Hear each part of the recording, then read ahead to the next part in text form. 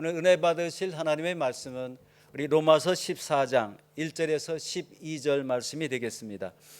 믿음이 연약한 자를 너희가 받되 그의 의견을 비판하지 말라.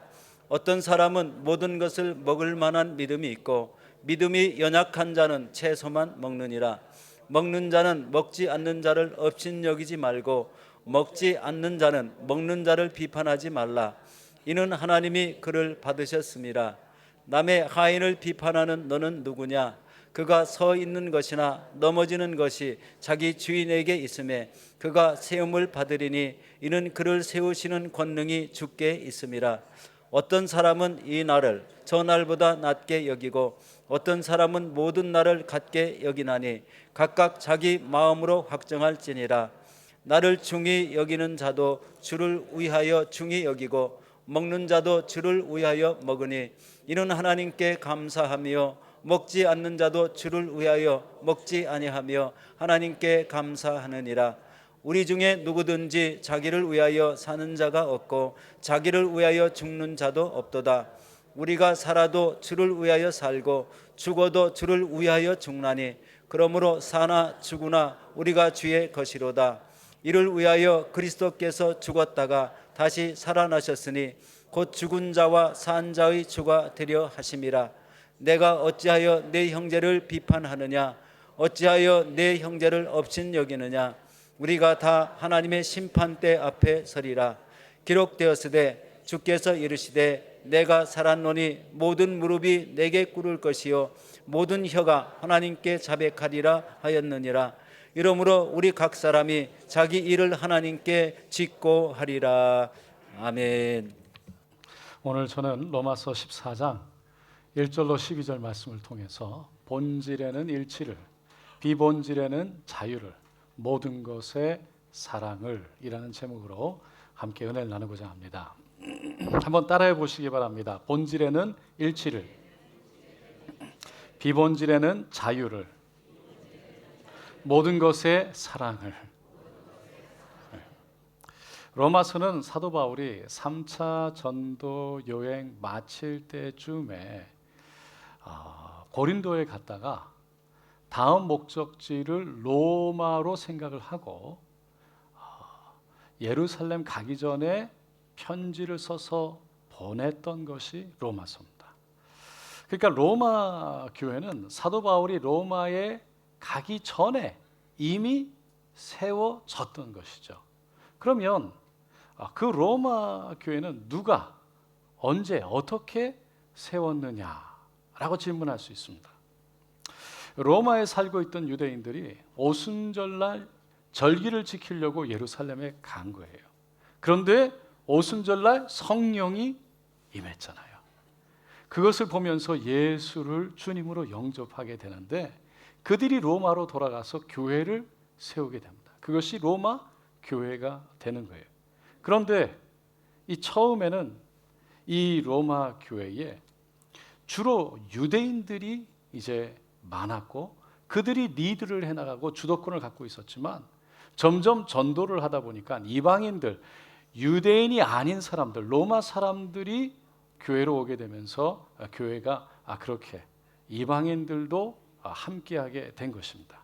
그러다가 로마에 살고 있던 유대인들이 예수 믿는 유대인들과 예수 믿지 않는 유대인들이 서로 예수가 주님이다, 아니다, 예수님이 주님이 아니다 라는 것 때문에 서로 싸우고 논쟁을 하고 소동을 일으키는 바람에 그게 큰 소동이 되어져서 결국은 그 당시 로마 황제였던 글라디오가 AD 49년에 모든 유대인들을 로마에서부터 다 추방시켜버리죠. 그렇게 한 5년쯤 지난 후에 글라디오가 죽게 되고 그 다음에 세워진 황제가 바로 우리가 잘 아는 네로 황제인데 16살 때 황제로 등극하게 됩니다.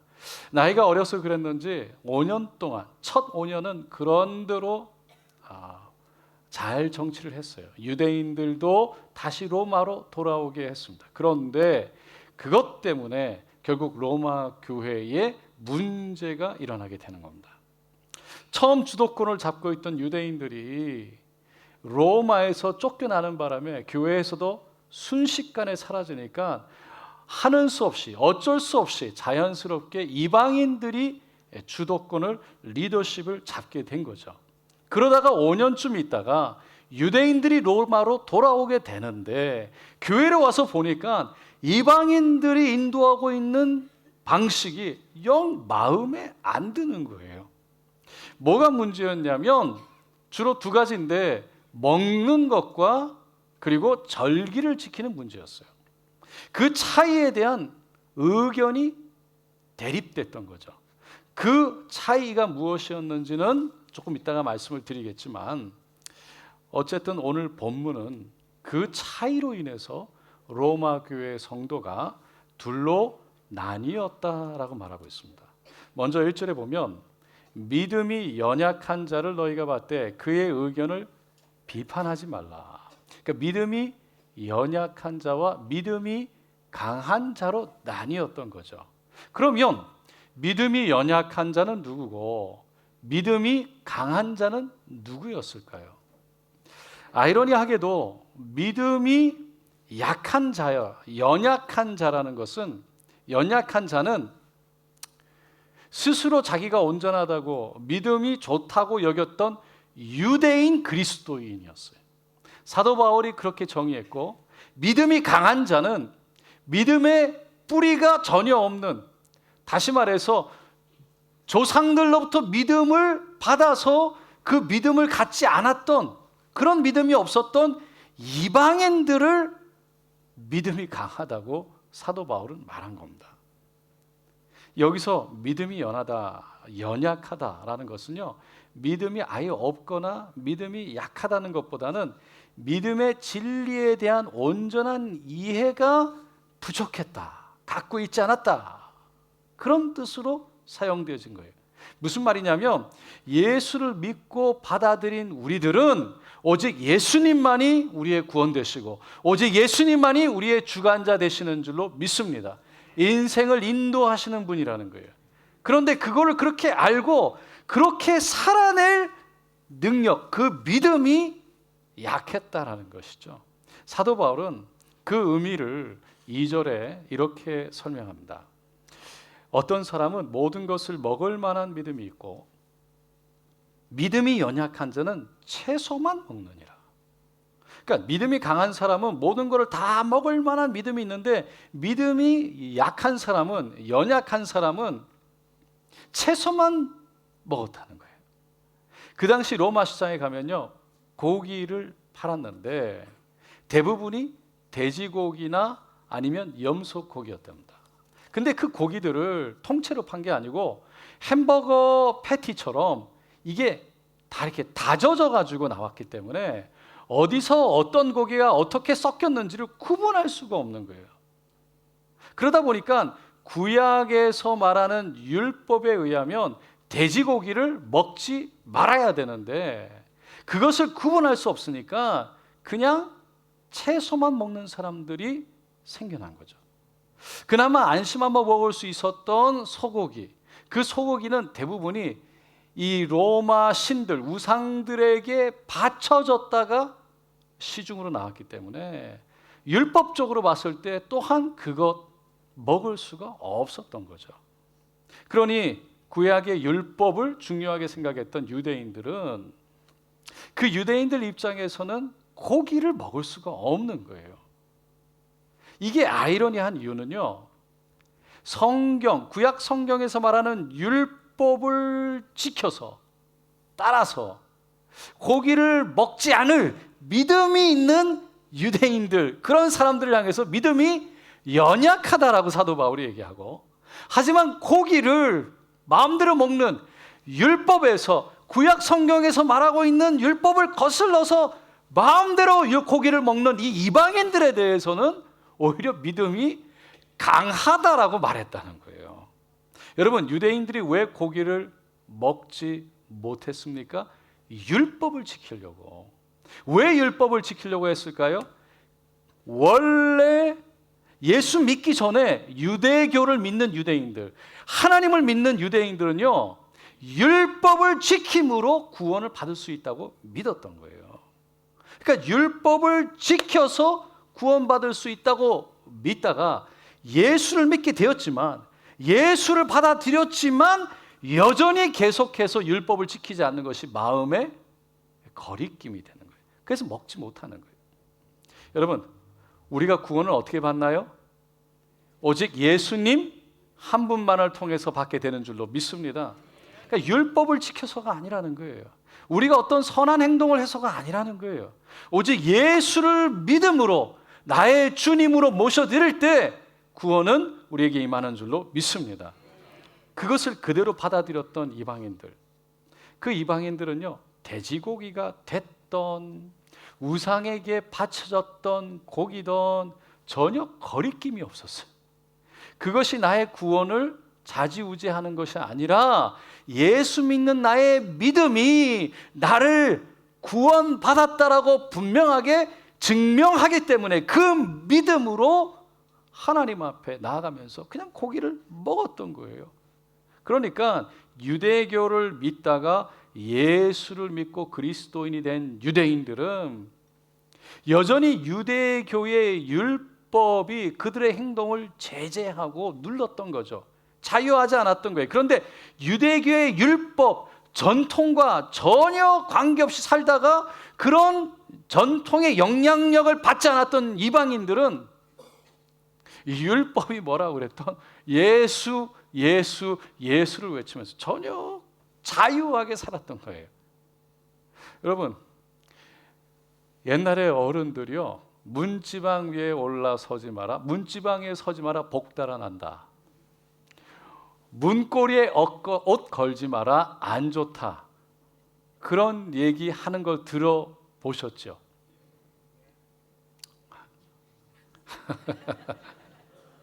왜 안 좋은지는 모르고 그냥 옛 어른들이 할아버지에게 얘기하니까, 그리고 어렸을 때부터 들은 할아버지가 또 우리 부모님이 얘기해 주시고, 우리 부모님이 우리가 어렸을 때부터 얘기를 그렇게 해 주시는 거예요.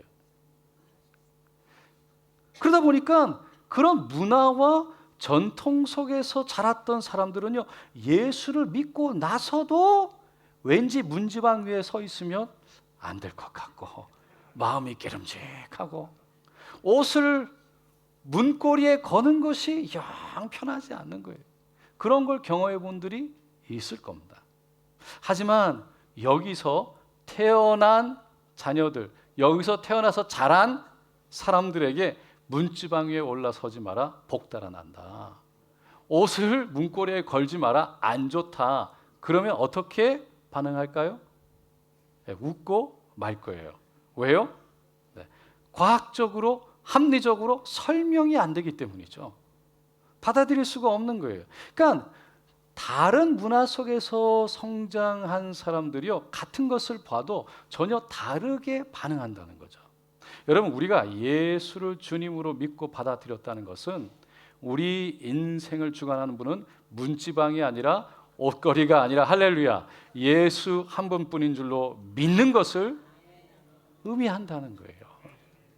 그렇기 때문에 그 믿음이 강한 사람은 아무리 문지방 위에 올라서도 괜찮고, 문거리에 옷 걸어도 전혀 영향력이 없고 괜찮다는 거죠. 근데 이방인들이 그랬다는 거예요. 또 5절에 보면 어떤 사람은 이 날을 저 날보다 낮게 여기고, 어떤 사람은 모든 날을 같게 여기나니 각각 자기 마음으로 확정할지니라.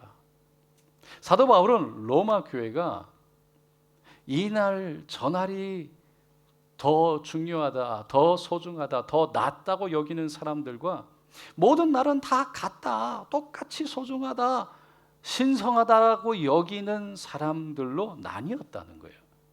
구약 성경에 보면 여러 가지 절기들이 나오죠. 그 절기들을 이스라엘 백성들, 유대인들은 매우 중요하게 생각했어요. 그래서 유대인들은 안식일은 물론이고 유월절, 초막절, 절기절기를 다 반드시 지켜야 된다고 생각했던 거죠. 하지만 이방인 그리스도인들은 그렇게 생각하지 않았어요. 여러분, 유월절이란 이스라엘 유대인들이 애굽에서 종살이할 때 모세라는 사람이 나타나서 430년간 그 억압 속에 있던 유대인들, 이스라엘 사람들을 인도해내는 과정 속에서 어린 양의 피를 문설주와 인방에 바른 유대인의 집은 넘어가고 그 어린 양의 피를 문설주와 인방에 바르지 않은 애굽 사람들 집에 모든 장자와 첫 번째 태어난 가축은 한꺼번에 죽임을 당하는 재앙이 임했었잖아요. 그 날을 통해서 결국은 애굽의 왕 바로가 모든 유대인들은 애굽에서 나가도 된다, 좋다라고 허락을 했죠. 그래서 그렇게 하나님이 역사하신 것을 기억하고 기념하기 위해서 지키는 것이 유월절인 거예요. 그러니까 유월절은 유대인들에게는 그 조상의 역사 속에 너무나도 중요한 날, 하나님의 은혜가 있어 하나님의 살아계심이 경험되어졌던 날인 거예요. 그런데 이방인들에게는 그 유월절의 의미가 아무런 의미가 없는 거죠. 초막절도 마찬가지입니다. 유대인들이 애굽에서 나와서 시내산에 도착했을 때 모세가 올라가죠. 그리고는 거기서 십계명을 받고 성막을 짓는 모든 계명을 받아서 내려와요. 그런데 산 밑에서는 황금으로 송아지를 만들어 놓고 아론을 중심으로 백성들이 그 앞에서 절을 하고 춤을 추고 난리를 피니까 하나님께서 그 백성들을 다 쓸어버리고 모세를 통해서 새롭게 시작하겠다고 말씀하시지만 모세가 생명을 걸고 중보기도를 통해 하나님의 용서를 받아내잖아요. 그래서 그것이 용서가 너무 감사해서 백성들이요 성막을 지을 재료들을 다 가져오기 시작합니다.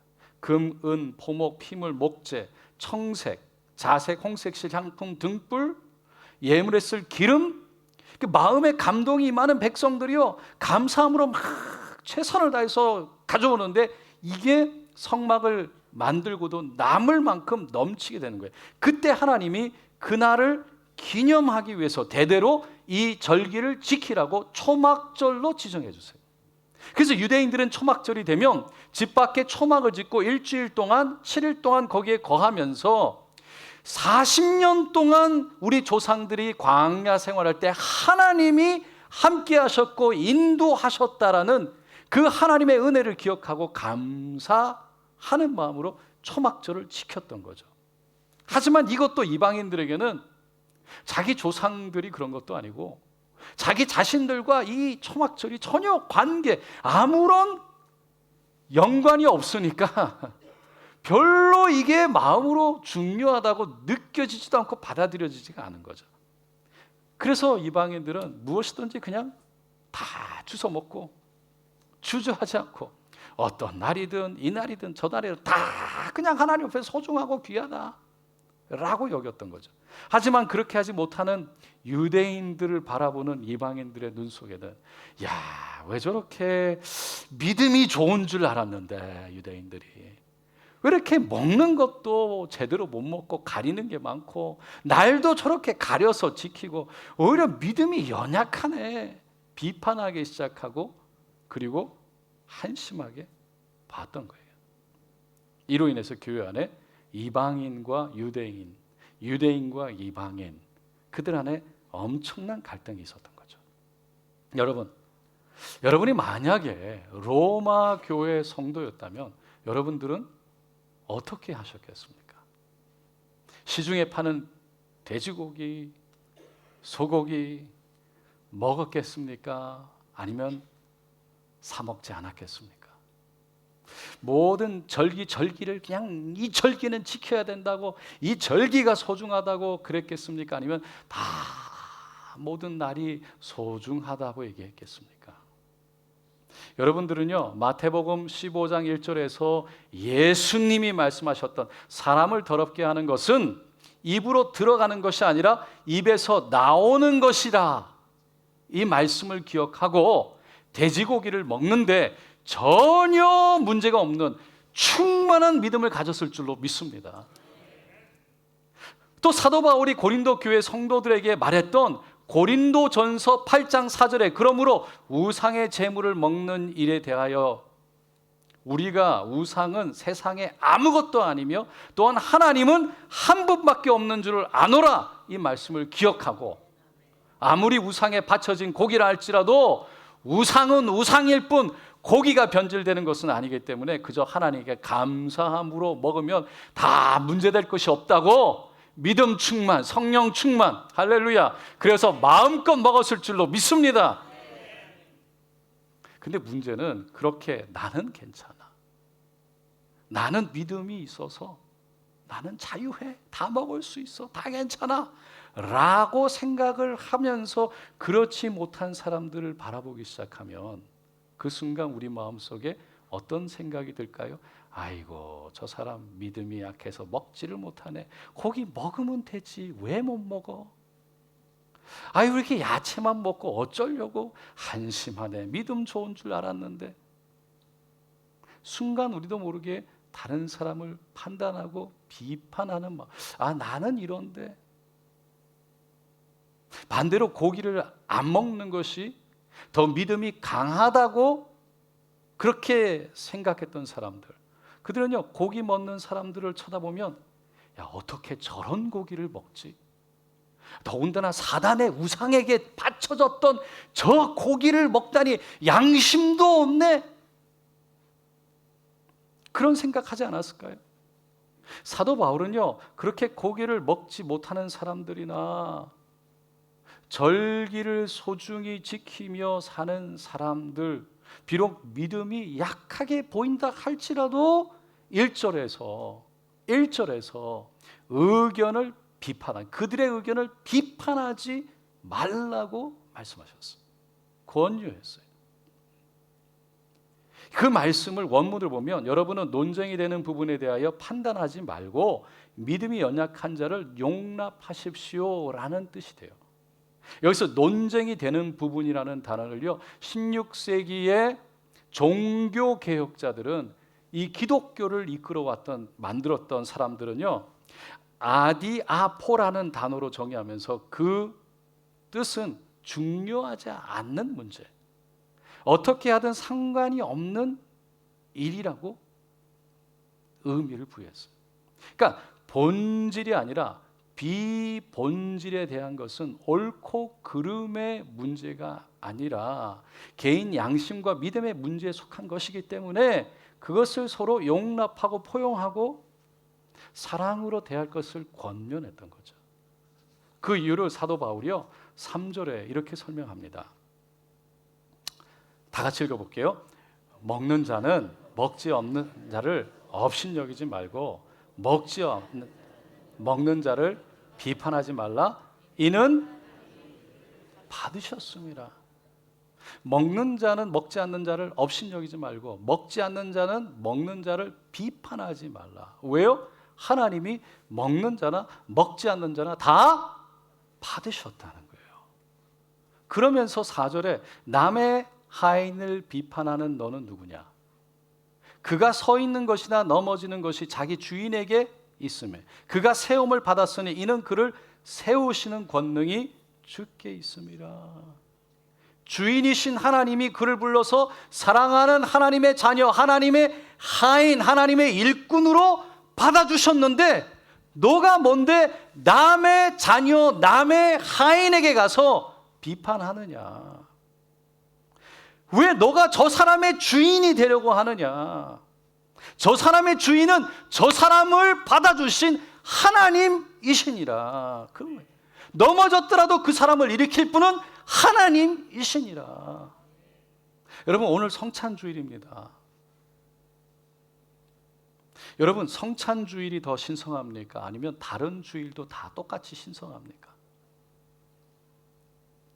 어떤 사람은 성찬주일이 더 중요하고 더 소중하고 더 신성하다 생각하는가 하면, 어떤 사람은 모든 주일은 다 그냥 소중하고 중요하고 다 똑같다, 신성하다라고 생각하는 사람도 있을 거예요. 실제로 성찬주일이 되면 다른 주보다 조금 더 많이 오셔서 예배를 드리는 기도해요.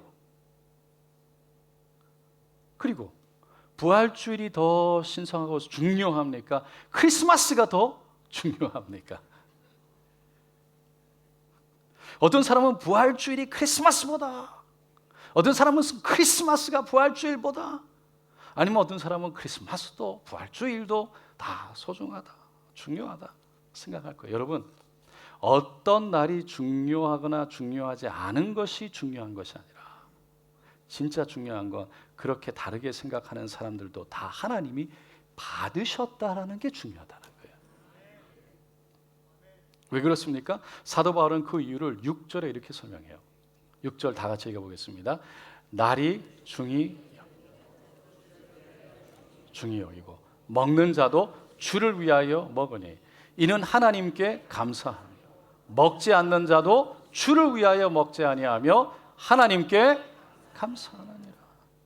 어떤 날을 중히 여기는 사람이나 고기를 먹는 자나 먹지 않는 자나 다 하나님을 위해서 한다는 거예요. 하나님께 감사한다는 거예요. 그 믿음으로 인해서 우리는 그 믿음 때문에 다 그죠?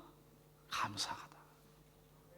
그러니 서로가 서로의 마음을 이해하고 하나님을 향한, 하나님을 위해서, 주를 위해서 하는 그 마음, 그걸 용납하고 이해하고 포용하라는 거예요. 그러면서 7절로 8절 그 다음 절에 우리 인생의 근본적인 목적을 이렇게 말합니다. 다 같이 읽어볼게요. 우리 중에 누구든지 자기를 위하여 사는 자가 없고 자기를 위하여 죽는 자도 없도다. 우리가 살아도 주를 위하여 살고 죽어도 주를 위하여 죽나니 그러므로 사나 죽으나 우리가 주의 것이로다. 그러니까 사람은 자기를 위해 살지도 않고 자기를 위해 죽지도 않는다. 이 말은요, 사람은 자기를 위해 사는 게 어떤 목적, 그 목적을 위해서 존재한다, 살아간다는 거예요. 어떻게 알 수 있냐고요? 인생의 목적이 없는 사람들 한번 보세요. 목적이 없다고 하는 사람들요, 그 삶 속에 물질의 있고 없고를 떠나서요, 그 삶이 그 공허함, 그 허전함, 허무함, 우울감으로 가득 찬 것, 그것 때문에 그 고통을 그렇게 호소하잖아요. 순간 인생의 목적을 잃어버려서 그렇죠. 예전에 목적이 있었는데 그 목적을 이루려고 그렇게 엄청난 속도로 달려가다가 거기에 딱 들어가는 순간, 이루는 순간 자기도 모르게 그냥 아무것도 아닌 허무와 우울로 엄청난 마음속에 이게 단가 경험하는 거죠. 그래서 그걸 이겨내려고 거기에 가면 또 새로운 목적, 새로운 목표를 향해서 그렇게 끊임없이 달려가려고 하죠. 왜? 인생의 목적이 없어지는 순간 삶의 의미도 없어지기 때문이죠. 그런 사람들이 예수를 만나고요, 예수를 주님으로 모셔드리게 되면 인생의 목적이 있던 것도 바뀌고 없던 것도 생기는 줄로 믿습니다. 그러니까 세상의 돈과 명예와 쾌락을 위해서 살아가던 사람들이 이제는 주를 위해서 살고 죽어도 주를 위해서 죽는 인생의 목적이 생긴다는 거예요. 그렇게 인생의 목적이 달라지면 인생의 가치도 달라집니다.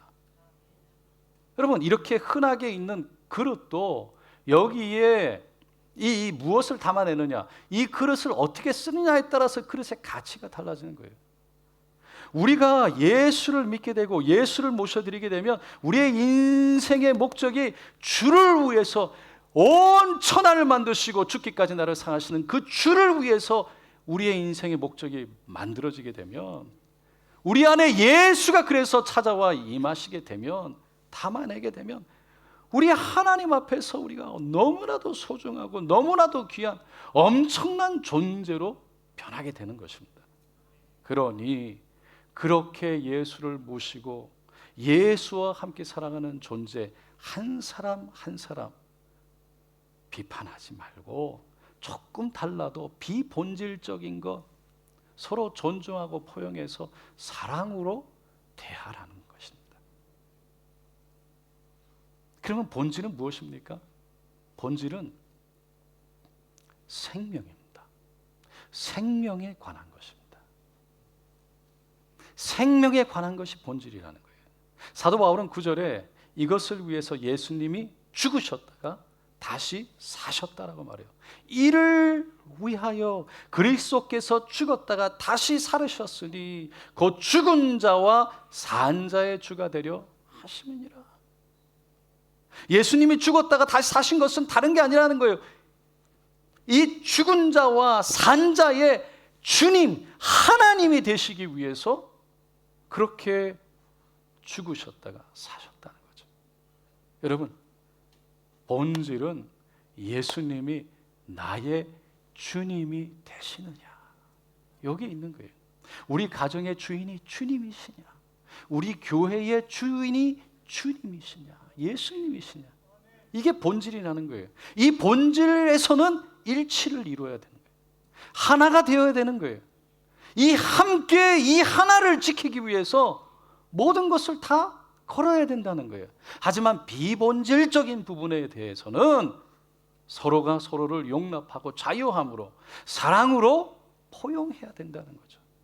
그래서 사도 바울이 끝으로 10절로 12절에 이렇게 권면합니다. 다 같이 읽어볼게요. 내가 어찌하여 형제를 비판하느냐, 어찌하여 내 형제를 업신여기느냐. 우리가 다 하나님의 심판대 앞에 서리라. 기록되었으되 주께서 이르시되 내가 모든 무릎이 내게 꿇을 것이요 모든 혀가 하나님께 자백하리라 하느니라. 이러므로 우리가 각 사람이 자기 일을 하나님께 직고하리라. 하나님의 심판대 앞에 서게 될 때에 중요한 건 고기를 먹었느냐 안 먹었느냐, 절기를 얼마나 잘 지켰느냐 안 지켰느냐가 아니라 하나님 말씀 앞에 나를 돌아보고 형제를, 하나님이 주신 말씀을 따라 내가 형제를 얼마나 비판했느냐, 업신여겼느냐, 아니면 존중하고 포용하고 사랑했느냐가 중요하다는 거예요. 다시 말해서 저 사람이 어떻게 하느냐, 저 사람이 어떻게 하느냐, 하나님 앞에서 내가 쓰게 되면 저 사람이 어떻게 했느냐가 중요한 게 아니라, 그래서 저 사람 잡으려고 돌아다니는 게 중요한 게 아니라 내가 하나님의 말씀 앞에 내가 어떻게 살았느냐가 중요하다는 거예요. 하나님 말씀 앞에 내가 어떻게 반응했느냐가 중요하다는 거예요. 그것을 하나님께 짚고 직접 하나님과 대면해서 고하게 될 거다. 그러니 비본질적인 것 때문에 다른 사람들 향해 손가락질하고 비판하지 말고, 비난하지 말고, 함부로 하지 마. 사랑으로 포용해라. 오래전에 우리 교회에 부흥회가 있었는데 강사로 오신 목사님이 천국 가는데 지장 없으면 웬만하면 넘어갑시다, 이 말로 교회의 히트를 치고 유행을 일으킨 적이 있어요.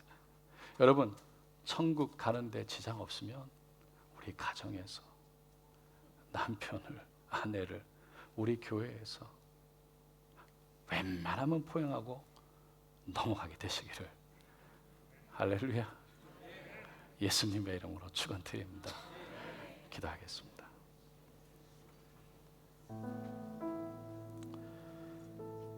본질에는 일치를, 비본질에는 자유를, 하지만 모든 것에 사랑을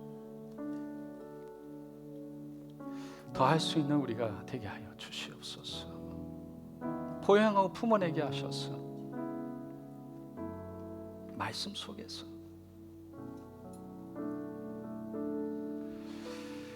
정말 한 사람 한 사람이 다 말씀 앞에 나에게 주시는 말씀으로 쓰게 될 때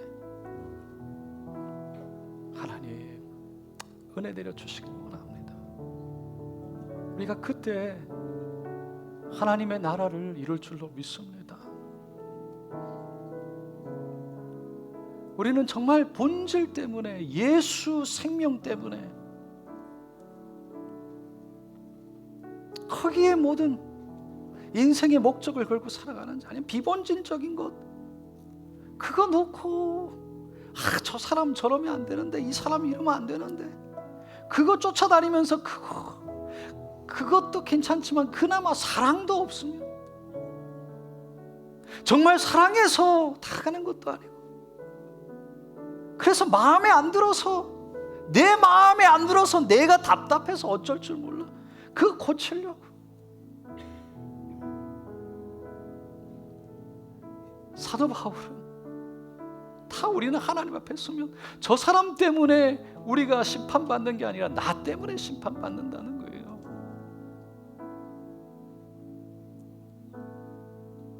나 때문에. 우리는 늘 저 사람, 이 사람을 쳐다보고 정죄하고 판단하고 비난하죠. 나는 변할 마음이 없어.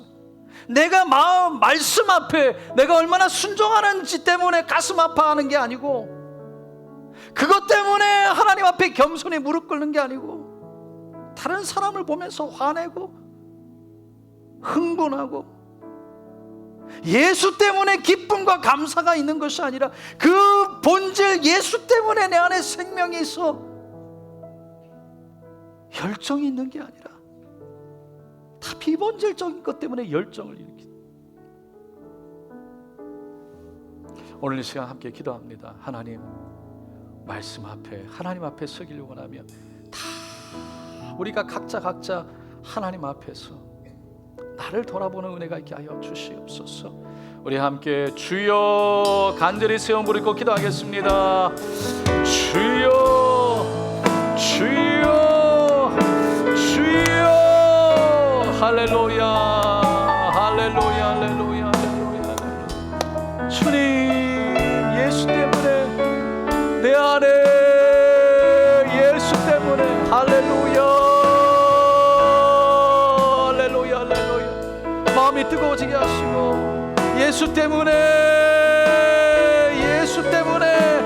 주님 앞에 나와 찬송과 예배로 주님 앞에 나오며 예수 때문에 그 예수 생명 때문에 하나님의 은혜가 깨달아지게 하시고 우리의 마음이 뜨거워지며 감동 있게 하시고 눈에는 눈물과 입술에 기도가 있게 하여 주셨소.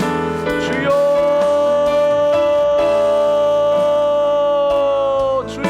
예수 할렐루야 할렐루야 할렐루야 할렐루야 할렐루야 할렐루야. 주여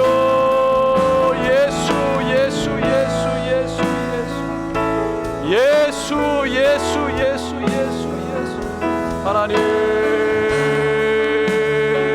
우리가 품어낼 수 있도록 포용할 수 있도록 주여 붙들어주소서. 하나님께서 일으켜주시고 하나님이 세워주시고 하나님이 이끌어주시고 하나님 말씀하여 주시옵소서. 우리에게 사랑을 부어주셔서 그 사랑으로 덮을 뿐만 아니라 함께 걸어갈 수 있도록 도와주시옵소서. 주여 붙들어 주시옵소서. 할렐루야 할렐루야 할렐루야 할렐루야. 주여 우리에게 하나님의 은혜를 하나님의 사랑을 주여 하나님의 긍휼을 주여 나를 돌아보게 하소서. 나를 돌아보게 하소서.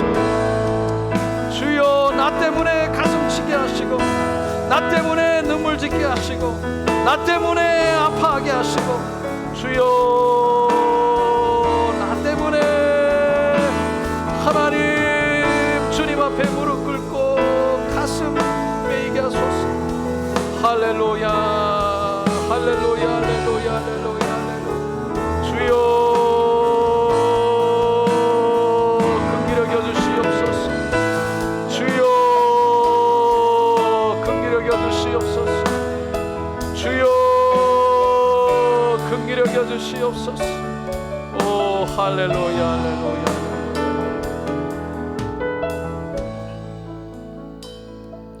하늘의 문을 여소서. 이곳을 주목하소서. 주를 향한 노래가 꺼지지 않으니 하늘을 열고 보소서. 우리 함께 이 찬양을 드리면서 우리 주님 앞에 나아가겠습니다.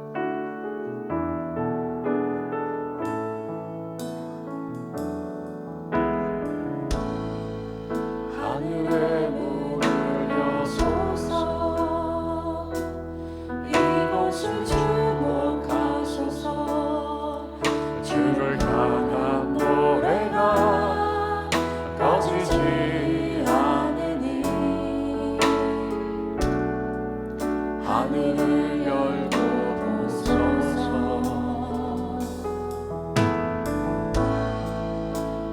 이곳에 임재하소서.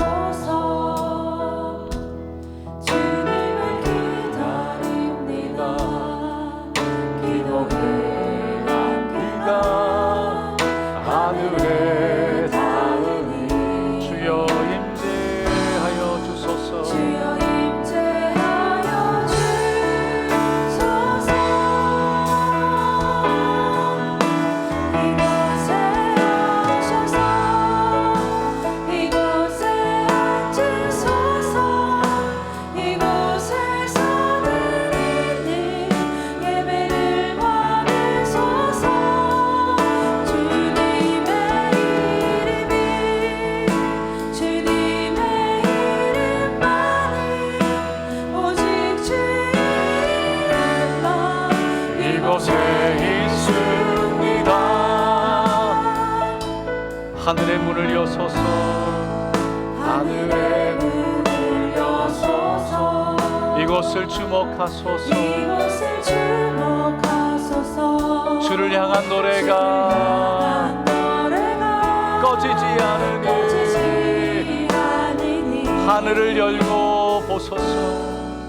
하늘을 열고 보소서. 이곳을 임재하소서. 이곳에 임재하소서. 주님을 기다립니다. 주님을 기다립니다. 아멘. 기도의 향기가 하늘에 닿으니 주여 주여 임재하여 주소서. 이곳에 오셔서 이곳에 앉으소서. 이곳에서 드리는 예배를 받으소서. 주님의 이름만이 오직 주의 이름만 이곳에 오셔서 이곳에 앉으소서. 이곳에서 드리는 예배를 받으소서. 주님의 이름만이 오직 주의 이름만 이곳에 오셔서 이곳에 앉으소서. 이곳에서 드리는 예배를 받으소서.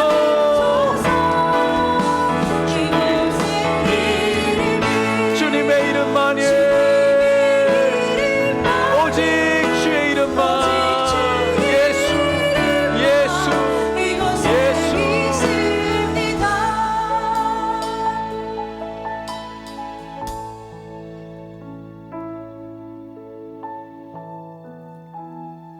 주님, 예수님 때문에 가슴 아파하게 하시고 예수님 때문에 우리의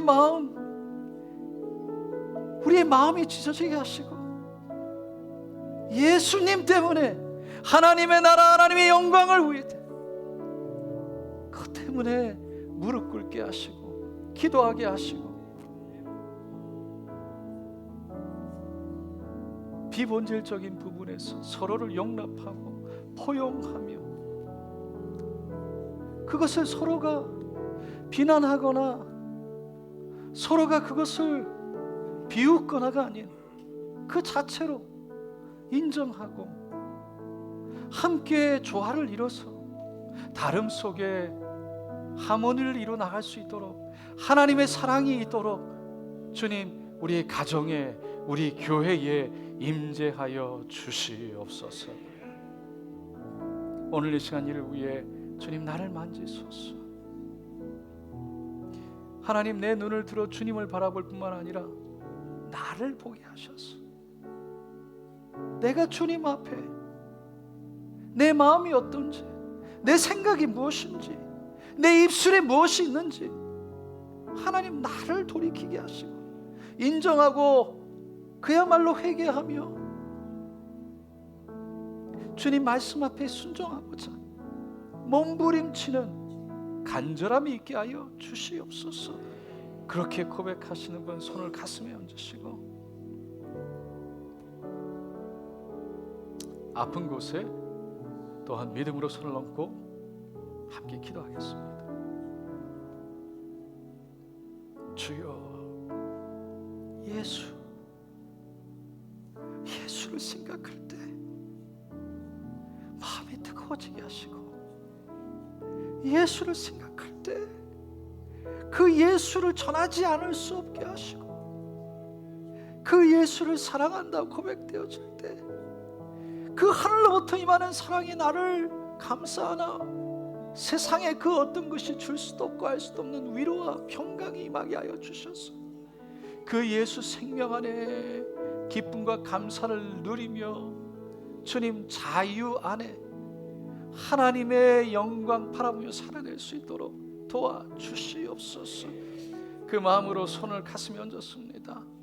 하나님, 본질적인 아닌 것에 마음 붉히고 눈을 붉히며 마음 상하지 않게 하시고 서로에게 상처 가운데 그것 때문에 손가락질하고 비난하고 업신여기지 않게 하시며 하나님, 그런 내 마음 주님께서 긍휼히 여기셔 주셔서 마지막 날 주님 앞에 설 때 날마다 내 모습을 기억하며 주님 앞에 서게 될 그 내 모습을 돌이키고자 주님 앞에 기도하며 겸손히 무릎 꿇도록 인도하여 주시옵소서.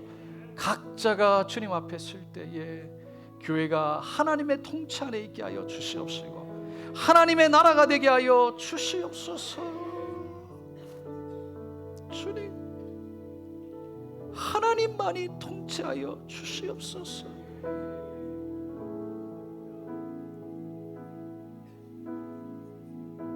이 시간 우리의 생각과 마음, 하나님의 나라, 하나님의 생각, 하나님의 마음, 하나님의 말씀을 기억하지 예수 본질 생명을 떠나 늘 비본질적인 것에 마음 불키고 뜨겁게 하고 그 열정 가운데 늘 못마땅한 마음 속에 감사와 기쁨은 사라지고 예수의 생명 없어지고 사랑 없이 손가락질만 하게 만드는 모든 더럽각한 사단의 권세 거짓말들은 묶임을 받고 떠나 갈치여다.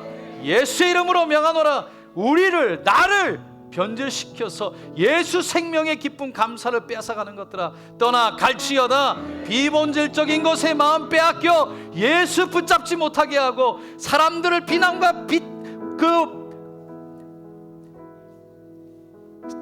비난하는 가운데 관계를 깨트려서 싸우게 만들고 감사를 빼앗아가는 모든 더럽각한 것들아 예수의 이름으로 명하노니 떠나 갈치여다. 떠나 갈치여다.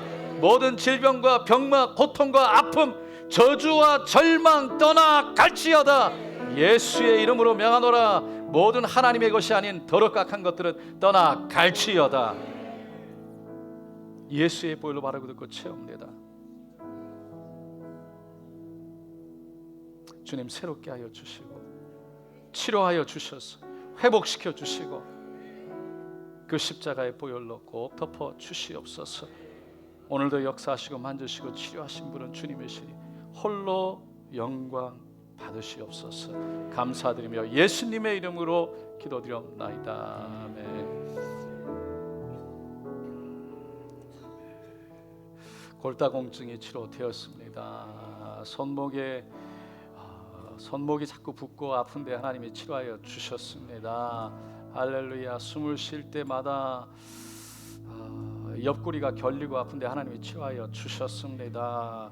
심장 박동수가 부르지 못한데 치료하여 주셨습니다. 할렐루야. 주님 감사합니다. 고혈압을 치료하여 주셨습니다. 암덩어리가 떠나갔습니다. 주님 감사합니다. 할렐루야. 우리 하나님께 믿음으로 감사의 박수 올려드립니다. 주님이십니다. 할렐루야.